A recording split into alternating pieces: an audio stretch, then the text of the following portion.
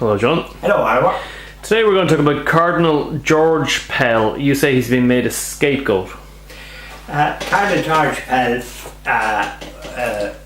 was the Archbishop of Melbourne and a very staunch Catholic and a very staunch defender of the practice of the Catholic faith in its proper sense, and he was instrumental in trying to root out any abuse of minors or any abuse by priests of any children in their care, or he was instrumental in trying to root that out.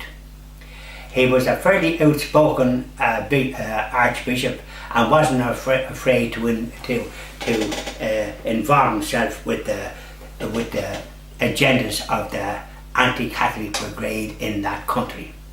So he made enemies, and out of the blue, two individuals supposed to be altar boys made an allegation against him years and years afterwards that he molested them when he was Archbishop of Melbourne.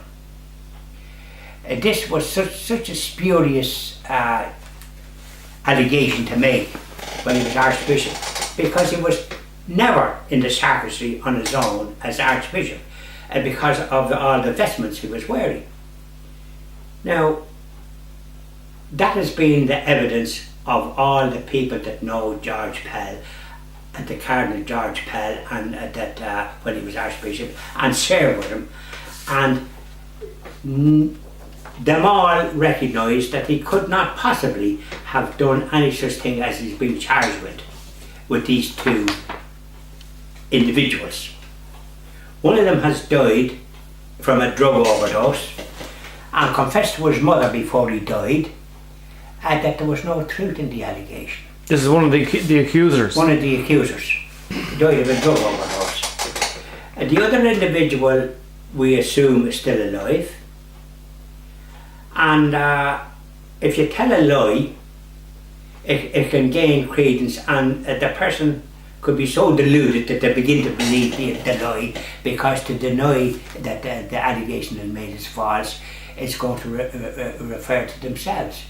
But here, what's happened is that Cardinal George Pell was charged with this before, and the jury did not agree. 10 acquitted him, but 2 of this former jury decided that he was guilty. 2, but the majority decided that he wasn't. And normally in a criminal case, if there's a majority of 10 in favour, well then that's the end of the story.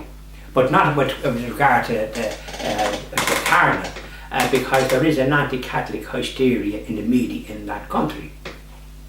Now, there's an article been written about this case by Father Francis Marsden in the Catholic Times, the last week's Catholic Times, which is dated the 8th of March.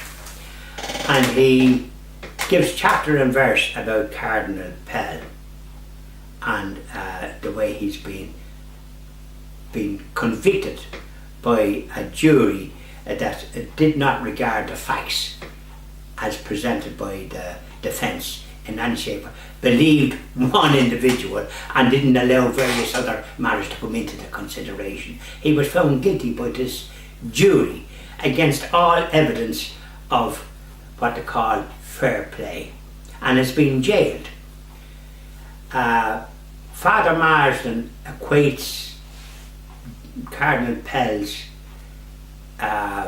being found guilty and sees similarities between the trial of our martyr, Archbishop Oliver Plunkett, St. Oliver Plunkett, that was found innocent in this country when he was charged in Dublin, or maybe it was Dundalk, I forget which. He was charged with being a traitor because he was a Catholic. Henry VIII and Cromwell and all these anti-Catholic persecutors were in charge. So it wasn't good enough for the British, even though Ireland was part of Britain at the time. He was brought under chains to London, and with the anti-Catholic hysteria in that miserable country, he was convicted and hung, drawn and quartered. A most cruel death. Father Marsden has equated Cardinal George Pell's conviction similar to that. Now, it might be a bit far-fetched to bring it to Archbishop St. Plunkett, who was that happened in the persecution of the Henry VIII and Cromwell and all these. Now, so therefore, that's the situation with regards to George Pell. He will be hopefully found innocent, but he's in jail at the moment. So thanks for the goodness, one is not living in Australia and a staunch Catholic. That country has a despicable reputation now because of what has happened to Cardinal George Pell, and they ought to be ashamed of themselves, the police and the judiciary and the people in that country, the media especially. They ought to be ashamed of themselves, and I'd recommend that nobody ever visit that country in any shape, way or form. Thank you very much, John. Thank you very much, Oliver.